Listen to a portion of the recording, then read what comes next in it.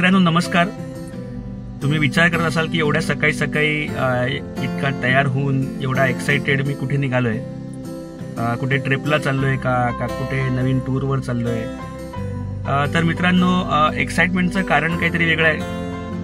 आज आंबे येणार आहेत आणि म्हणूनच चेहऱ्यावर एवढं हास्य आहे आणि म्हणूनच एवढं सकाळी मी उठलोय. आज 5:30 वाजलेत आणि लवकरच आंबे आपल्या घरी येणार आहेत.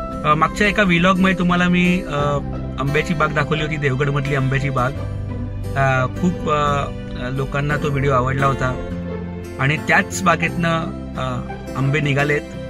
काल ट्रान्सपोर्टमध्ये भरले गेलेत आणि आज मला इथे ठाण्याला आता पोचणार आहेत. काही क्षणातच ते पोचणार आहेत. मित्रांनो मजेशीर गोष्ट अशी की जसं आपल्याकडे कोण पाहुणा येणार असेल किंवा कोण बाहेर गावून येत असेल, त्यांच्या स्वागतासाठी त्यांना पिकअप करायला आपण जसं स्टेशनला जातो, जसे एक्साइटेड असतो तसाच काही एक्साइटमेंट, तसंच काही उत्साह माझ्यात आहे. आणि मी वेळेच्या आधीच आलेलो आहे. गाडी आता थोड्याच वेळात येईलच. हा फळांचा राजा आंबा, त्यातूनही जगप्रसिद्ध असलेला कोकणातला देवगड हापूस आंबा वर्षातनं एकदा येतो, वर्षभर आपल्याला वाट पाहायला लावतो आणि म्हणूनच का होईना एवढा गोड लागतो. मित्रांनो इथे मी तीनाथ नाका परिसरात थांबलेलो आहे.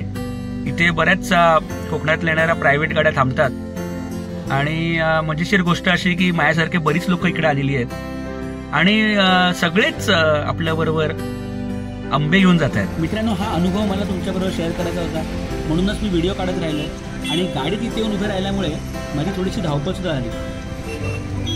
कोकणातून आलेल्या गाड्यांचं वैशिष्ट्य म्हणजे एका मागोमाग एक असलेल्या आंब्यांच्या पेट्या आणि फणस. गाडीच्या क्लिनरला मी आपली पावती दाखवली, जे काय ट्रान्सपोर्टचे ठरले होते तेवढे पैसे दिले आणि एक एक करून आपल्या पेट्या उतरवल्या.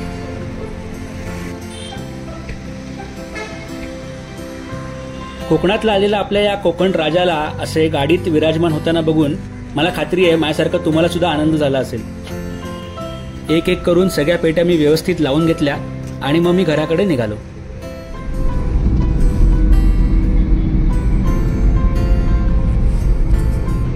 तर मित्रांनो आंबे आलेले आहेत, फर्स्ट लॉट आलेला आहे आणि माझ्या चेहऱ्यावरचं जे हास्य आहे आणि जो उत्साह आहे ते तुम्हाला कळलं असेल की मी किती एक्सायटेड आहे.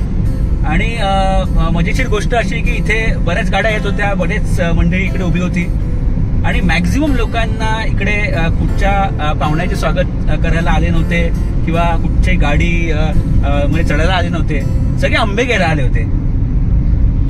मला असं वाटतं की कोकणी माणसाला मिळालेलं एक निसर्गाचं वरदान आहे आणि आपण सर्वांनी याला जपलं पाहिजे. आणि एवढंच नाही तर पुढच्या पिढीला हे व्यवस्थित सुपूर्द सुद्धा केलं पाहिजे.